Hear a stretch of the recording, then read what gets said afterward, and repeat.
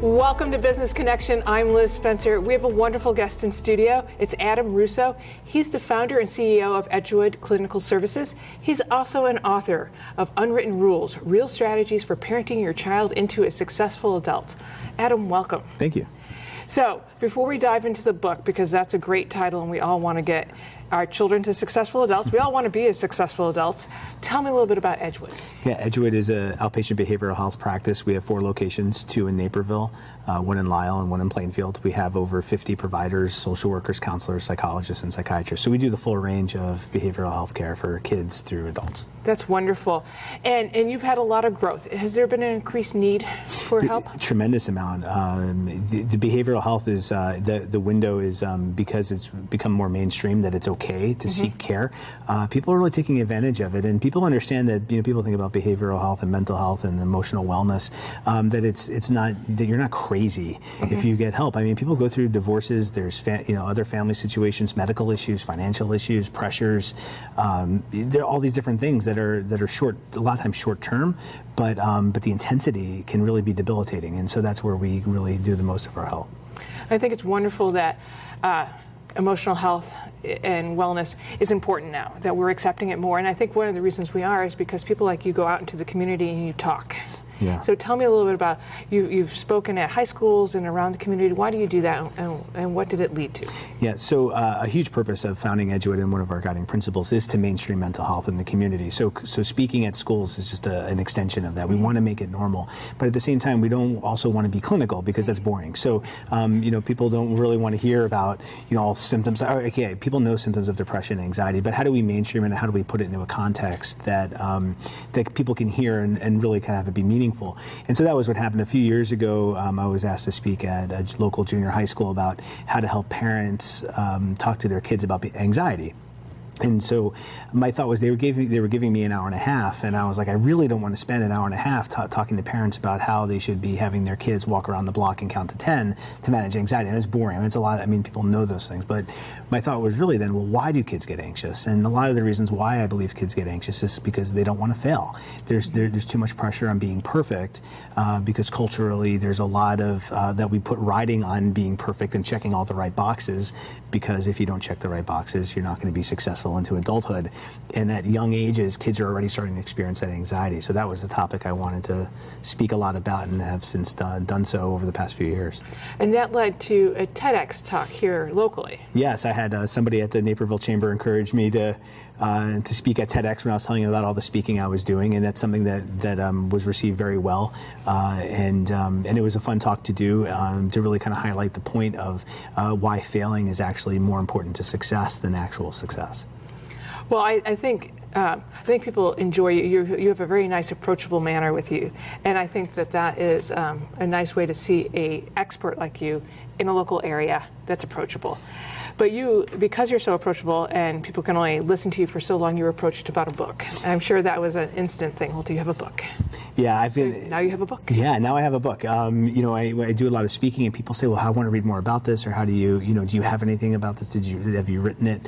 And it was just kind of coming up often enough that made me think, maybe I should write this down. And again, but I wanted to do it in a way that was readable. Anybody can put a bunch of studies together and justify all their perspectives and points. There's a study out there to really justify anything.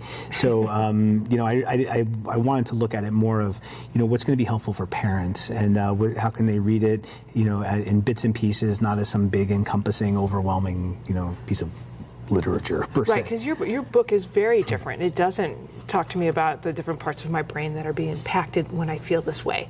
It tells me more about, it tells me a story. Did you write all those stories? Yeah, I did. So what I did was, to me, the whole point of the book was, as a parent, I believe all parents want their kids to grow up into successful adults.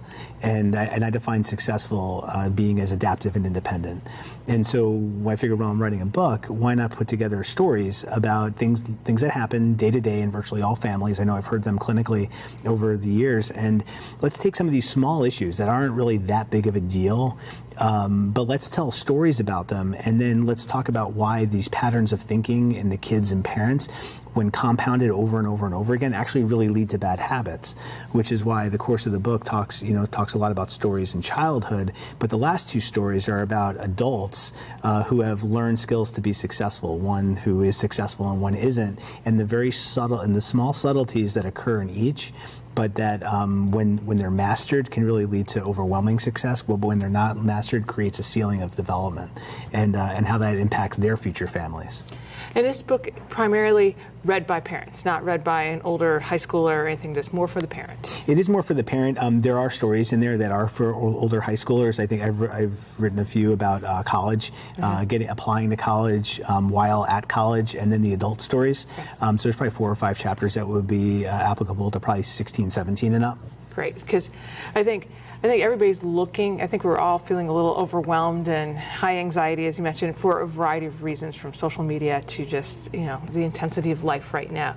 So it's nice to have a resource that the whole family can use, because we pay attention to what mom and dad are reading. Yeah, and that's the point of it too. The book is really to develop, for parents to develop a strategy, because it's not a how-to book. There's a lot of books that talk about, well, as long as you do these 17 things, everything will be fine. I don't believe life works that way. I think it's too fluid to have these, these points. So having a strategy as a parent is important, and I think and that's where I go back to adaptive and independent. If parents want to formulate a strategy that surrounds, that really encompasses helping their kids be adaptive and independent, then they have to understand how on the day-to-day are they going to be able to really implement and push that strategy even in the smallest of situations. And that's what this book is designed to do, is really on a day-to-day basis, when you look at all the little things that happen, how can those points be reinforced by parents and not wait for those huge moments, but it's the compounding of the smaller moments that'll help their kids the most. Right. Well, and I think as parents, I think we often don't want to inhibit our child's growth. So thus, we don't want to say, oh, you can't do that. But I think we have to figure out a little bit how we, what our strategy is. Well, because people think if inhibiting growth is about kids feeling bad, and therefore if kids are always feeling good and feeling successful, therefore they're always going to feel good and be successful. But I haven't met one adult who lives a stress-free, blissful life. So if as adults we all know that there's stress and hardship coming, why do we train kids, on the other hand, to never experience those things? It doesn't make any sense. So part of the balance in creating and helping develop kids who are adaptive and independent adults is also helping them identify negative things at young ages. So allowing kids to feel anxiety, guilt, shame at young elementary school ages is incredibly important, because as adults we all know those feelings are coming.